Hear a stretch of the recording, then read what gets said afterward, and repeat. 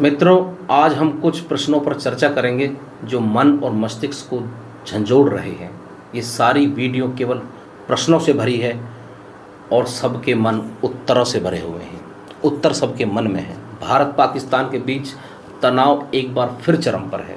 हमारे जवान सीमा पर अपनी जान की बाजी लगा रहे हैं। निर्दोष नागरिक आतंकवाद की भेंट चढ़ रहे हैं। लेकिन जैसे ही भारत जवाब देने को तैयार होता है, अमेरिका का दबाव हमें रोक देता है। सवाल यह है, क्यों हर बार हम अपने बलिदानियों का बलिदान अधूरा छोड़ देते हैं? क्यों आज देश में इंदिरा गांधी की यादें ताज़ा हो रही हैं? और क्या अमेरिका अपने हितों के लिए भारत को मोहरा बना रहा है?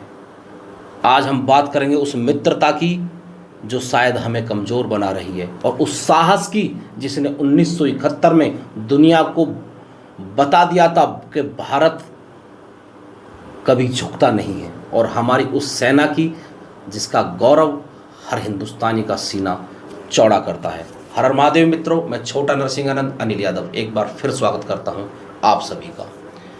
मई 2025 भारत और पाकिस्तान के बीच तनाव अपने चरम पर है।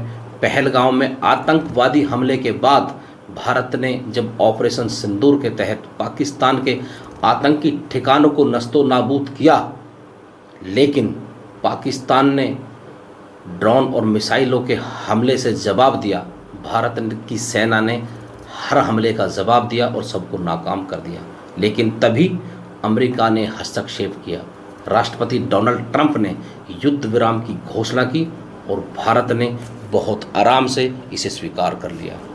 लेकिन सवाल उठता है, क्या यह युद्ध विराम हमारे बलिदानियों का सम्मान करता है? और क्या यह संयोग है कि 13 मई को ट्रंप सऊदी अरब के दौरे पर जा रहे हैं? क्या यह सब उनकी मीडिया कवरेज को दुरुस्त करने का खेल तो नहीं? सऊदी अरब के साथ तेल और हथियारों के सौदे की खबर सुर्खियों में है, और भारत पाकिस्तान का तनाव शांत करके ट्रंप क्या अपनी छवि को चमका रहे हैं? पाकिस्तान ने युद्ध विराम का उल्लंघन किया। समझौते के कुछ ही घंटों बाद उसने दोबारा हमले शुरू कर दिए। फिर भी दुनिया भारत से संयम की उम्मीद करती है, लेकिन यह संयम कब तक? और यह पहली बार नहीं है। 1999 का कारगिल युद्ध याद कीजिए।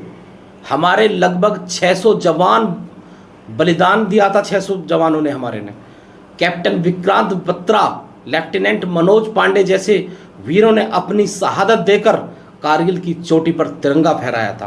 भारतीय सेना ने असंभव को संभव किया। पाकिस्तान दबाव में जब आया और बिल्कुल सरेंडर के नज़दीक था, लेकिन तभी अमेरिका के राष्ट्रपति बिल क्लिंटन ने दखल दे दी और युद्ध विराम हुआ, और भारत ने इसे भी मान लिया। आज हम उन 600 बलिदानियों को याद करते हैं जिन्होंने अपने प्राणों की आहुति दी। उनके बलिदान ने हमें गौरव करना सिखाया, लेकिन क्या उनकी शहादत को वह सम्मान मिला जिसके वो हकदार थे? पाकिस्तान को उसकी हार का एहसास क्यों नहीं हुआ? और आज 26 साल बाद हम फिर वही गलती दोहरा रहे हैं। हमारी सेना का गौरव हमारा गर्व है। भारतीय सेना पूरी दुनिया से लोहा ले सकती है। पूरी दुनिया में यह हल्ला है कि मोदी और ट्रंप की गहरी मित्रता है, लेकिन क्या यह मित्रता भारत के हित में है? याद कीजिए, जब अमेरिका ने बिना वीज़ा के रह रहे भारतीयों को निर्वासित किया, हमारे नागरिकों को हथकड़ियाँ पहनाकर भारत भेजा गया।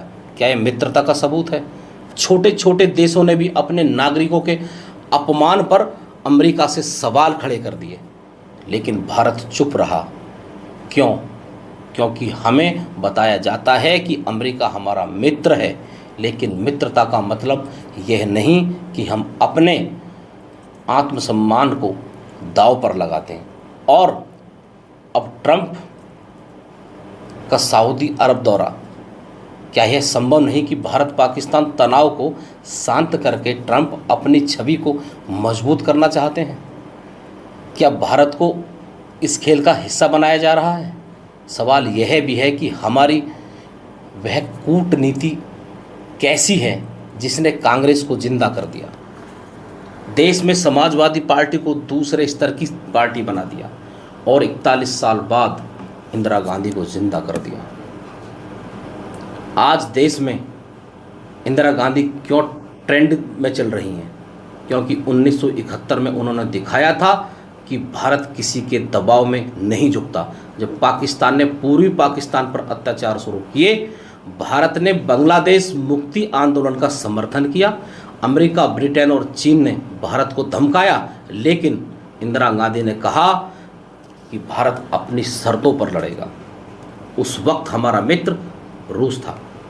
इंदिरा गांधी की मित्रता ने सारे प्रोटोकॉल तोड़े और रूस ने समुद्र के रास्ते से लेकर हथियारों तक हर तरह से भारत का साथ दिया। और नतीजा, 14 दिनों में पाकिस्तान के 93,000 सैनिकों ने आत्मसमर्पण किया। यह आत्मसमर्पण द्वितीय विश्व युद्ध के बाद सबसे बड़ा आत्मसमर्पण था।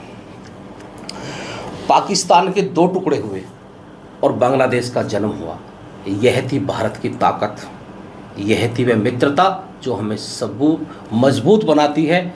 लेकिन आज क्या हमारी मित्रता हमें कमज़ोर तो नहीं बना रही? मित्रों, हमारी सेना हमारा गर्व है। कारगिल से लेकर आज तक हमारे जवान हर दुश्मन को धूल चटाते आए हैं। हमारे स्वदेशी ड्रोन, मिसाइल सिस्टम और युद्ध विमान दुनिया में हमारी ताकत का परचम लहरा रहे हैं। फिर क्यों हम किसी के दबाव में आते हैं? क्यों हम इंदिरा गांधी जैसा साहस नहीं दिखा पाते?